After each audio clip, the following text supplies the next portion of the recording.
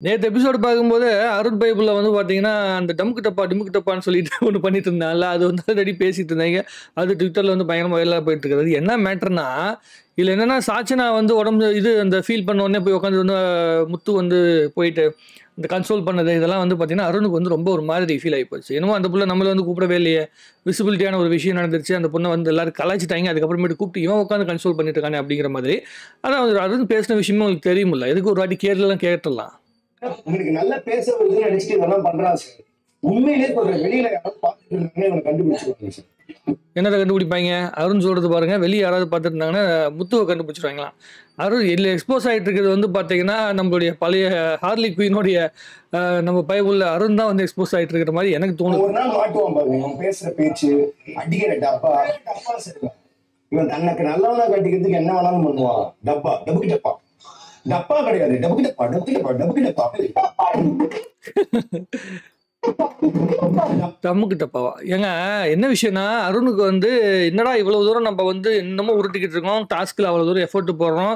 இந்த பைபிள்ல வந்து நார்மலா ஜாலியா பேசிட்டு வந்து அப்படியே தட்டி விட்டு போயிடுறான் அப்படிங்கிறது வந்து அருணுக்கு வந்து ரொம்ப டிசப்பாயின்மெண்ட் ஆயிடுச்சு. அந்த டிசப்பாயின்மெண்ட் ஆனால அவனால வந்து சமாளிக்க முடியல.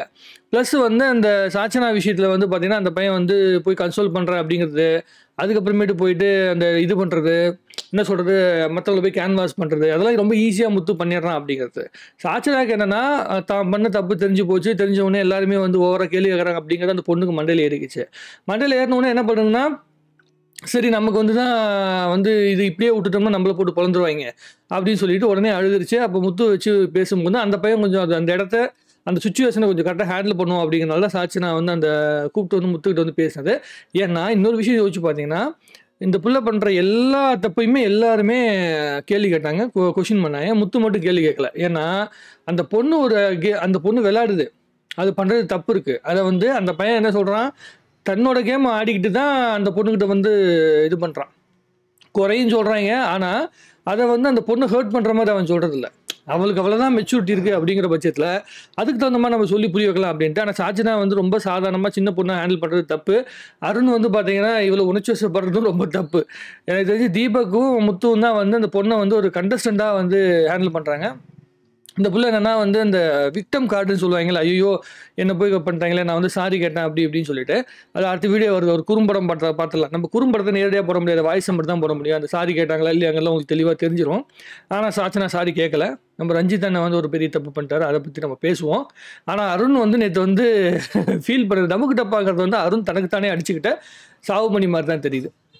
அதாவது ஒரு கேம் நடக்கும்போது ஒவ்வொருத்தவங்களுக்கும் ஒரு விசிபிலிட்டி வரும். ஒருத்தவங்களுக்கு கம்மியா கிடைக்கும், ஒருத்தவங்களுக்கு அதிகமா கிடைக்கும். அத நம்ம ஒண்ணுமே பண்ண முடியாது.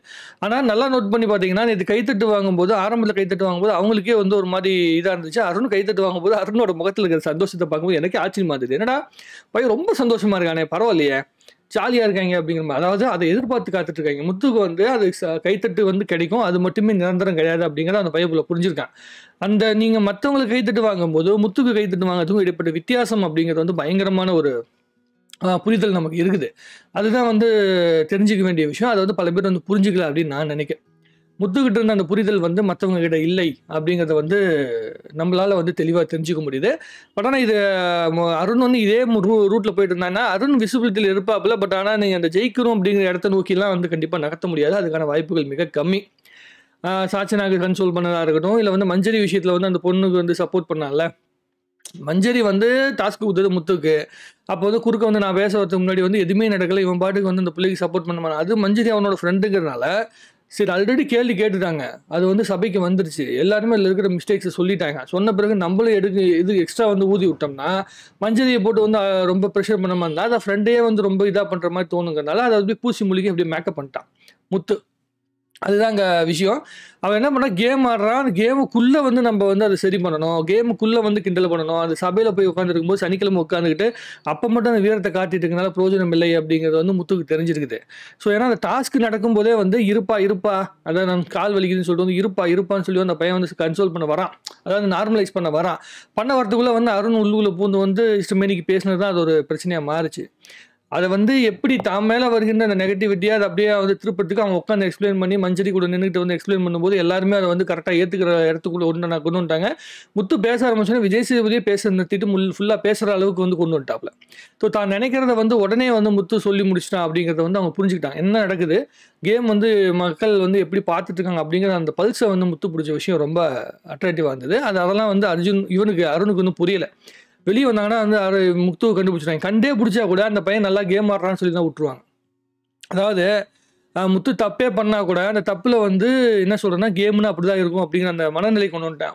மொதல் வீக் சொல்கிறான் பார்த்தீங்களா, மக்களை வந்து நான் பழக்கிடுவேன். பழக்கினதுக்கப்புறமேட்டு அவங்க வந்து சரி நம்ம வந்து நம்மளோட கேம் பிடிச்சி போய் மக்கள் நம்மளை வந்து அப்படி தொடர்ந்து கொண்டு போவாங்க அப்படிங்கிறத வந்து முத்து சொன்னது கரெக்டு. அவன் அதுதான் பண்ணியிருக்கான்.